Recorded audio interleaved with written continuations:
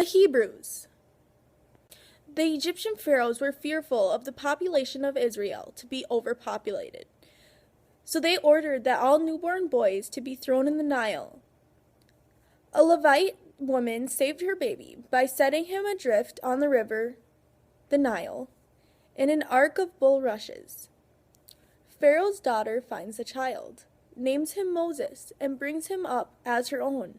But Moses is aware of his origins, and one day, when grown, he kills the Egyptian overseer, who is beating a Hebrew slave, and has to flee into Midian. There he marries the daughter of the Jethro, a priest of Midian, and encounters God in a burning bush. Moses asks God for his name. God replies, "I am that I am." God tells Moses to return to Egypt and lead the Hebrews into Canaan, the land promised to Abraham. Who are you in there? I am that I am. What do you want? Moses, to return to Egypt and lead the Hebrews into Canaan, the land promised to Abraham. Have to? Throw it in. No! It's not good. I kind of paused. I didn't know. The second book of Moses is called Exodus, from the Greek word exodos, which signifies going out, because it contains the history of the going out of the children of Israel out of Egypt.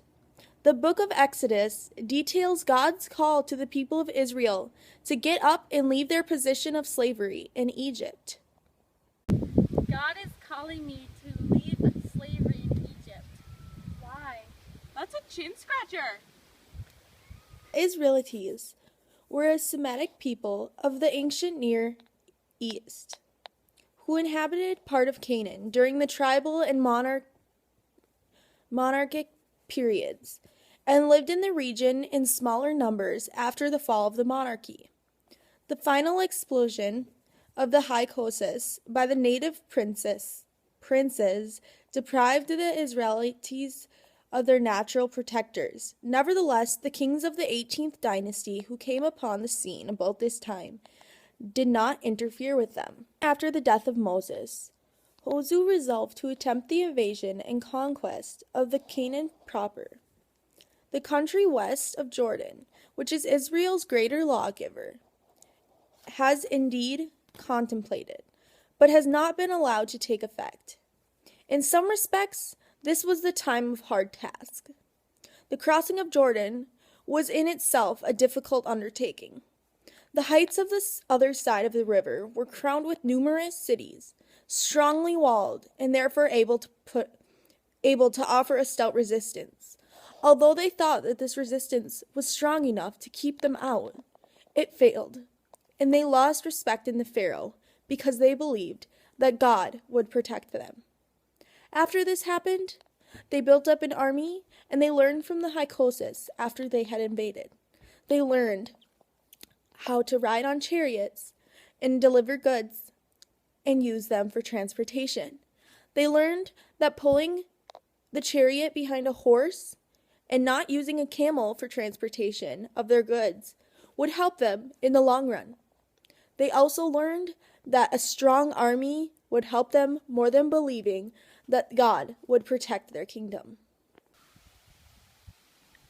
Yeah, look at me on my chariot! I'm just pulling this wagon. Look at this horse pulling me. The other group showed me these things. Hebrews wrote in hieroglyphics. This was a way of communication, and in the later times that we live in, we learned how they communicated back then, in the letters and words that they used.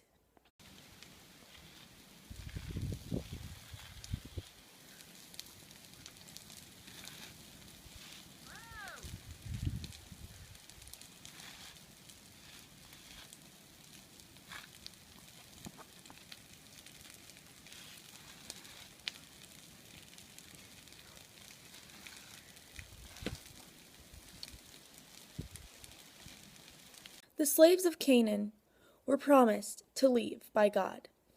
The reason why they were so happy is because they had to work long, hot days with no water or food. Some passed out, but they had to keep going to satisfy their owner.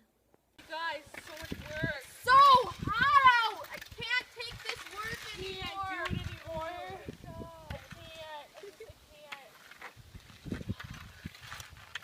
Oh, are you okay? No, this work is too much. Here, I'll help you up. Help. Oh, no. We gotta keep working. We need water. Are we done? Yeah. They gave thanks and prayed to God.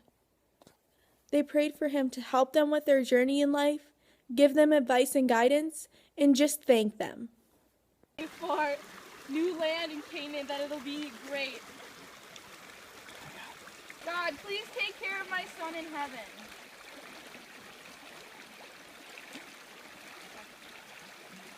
Thank you, Lord, for making me not a slave anymore and freeing me. That is the basic outline of the Hebrew history. Thanks for watching.